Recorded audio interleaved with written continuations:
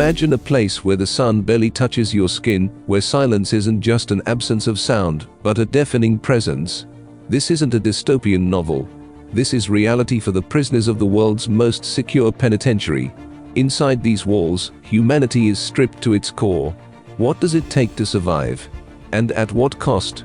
Welcome to ADX Florence, the Alcatraz of the Rockies. But here's the question: is this security, or is it torment? Stay with us as we step inside the world's most secure prison and uncover what life in solitary confinement truly means.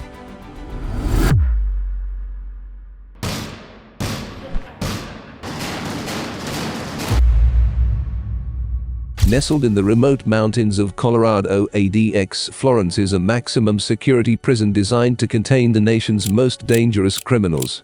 Dubbed a cleaner version of hell by former inmates, it's the end of the line for those deemed too dangerous for even other prisons. This is not just a prison.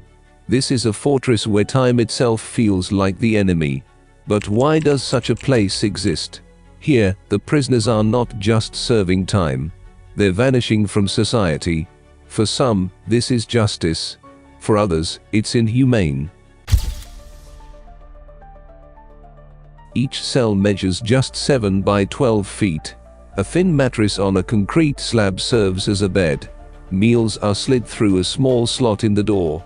And every waking moment is spent alone.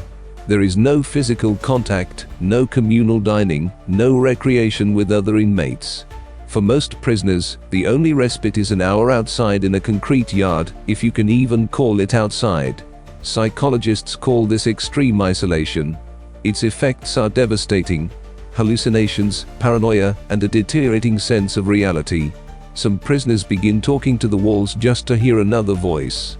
But what's worse? The monotony or the memories of freedom that haunt these men.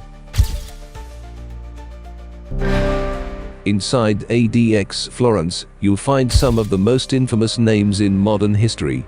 The Boston Marathon bomber, the Unabomber, cartel kingpins, terrorists. Each prisoner brought here has one thing in common: society has decided they're beyond redemption. But behind these infamous names are human beings. Who were they before their crimes? Fathers, sons, brothers. Now, they are numbers in a system designed to erase them. How do prisoners adapt to a world without human connection? And what happens when they don't? To survive solitary confinement, prisoners develop extraordinary coping mechanisms. Some count the bricks in the wall over and over. Others recite poetry, write letters they'll never send, or even create imaginary friends. But not everyone copes. For some, the weight of isolation is unbearable. Prison records reveal chilling cases of self-harm, hunger strikes, and mental breakdowns. This isn't just psychological. Extended isolation has been linked to physical health issues: high blood pressure, weakened immune systems, even shortened lifespans. If only it were that easy, right? The debate surrounding solitary confinement is as polarizing as the cells themselves. Critics argue it's cruel and unusual punishment, a violation of basic human rights. Meanwhile, supporters claim it's a necessary tool to maintain order. After all, how else do you handle the most dangerous individuals? But is solitary confinement truly justice, or just another form of cruelty? The answer may surprise you. For those who survive and eventually leave, life outside isn't easy. The scars of solitary confinement linger long after the bars have opened. But some find redemption. Against all odds, some manage to reclaim their humanity and use their pain to fuel change. Solitary confinement isn't a modern invention. Its roots trace back to 19th century penitentiaries, where silence and isolation were seen as tools for repentance. But over the decades, research has exposed its damaging effects. Globally, some nations are rethinking their approach to incarceration. Norway, for instance, focuses on reintegration, offering humane living conditions even for serious offenders. Can the US learn from these models?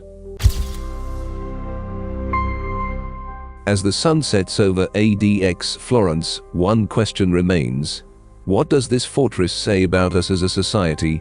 Is justice truly served in these sterile, silent cells, or does it come at the cost of our humanity? For some, ADX Florence is the pinnacle of security, a necessary evil to keep the world safe. For others, it's a monument to despair, a place where even the strongest minds can crumble under the weight of solitude. As public discourse evolves, the calls for change grow louder. Solitary confinement, once seen as a solution, is now a question. Can we balance security with humanity? Or is it time to rethink the very foundations of our prison system? And speaking of systems that collapse under pressure, if you thought solitary confinement was chilling, imagine a disaster that left an entire city frozen in time. Click here to join us on another journey inside the world's worst nuclear explosion at Chernobyl. It's a story of devastation, resilience, and lessons we're still learning today. Don't miss it.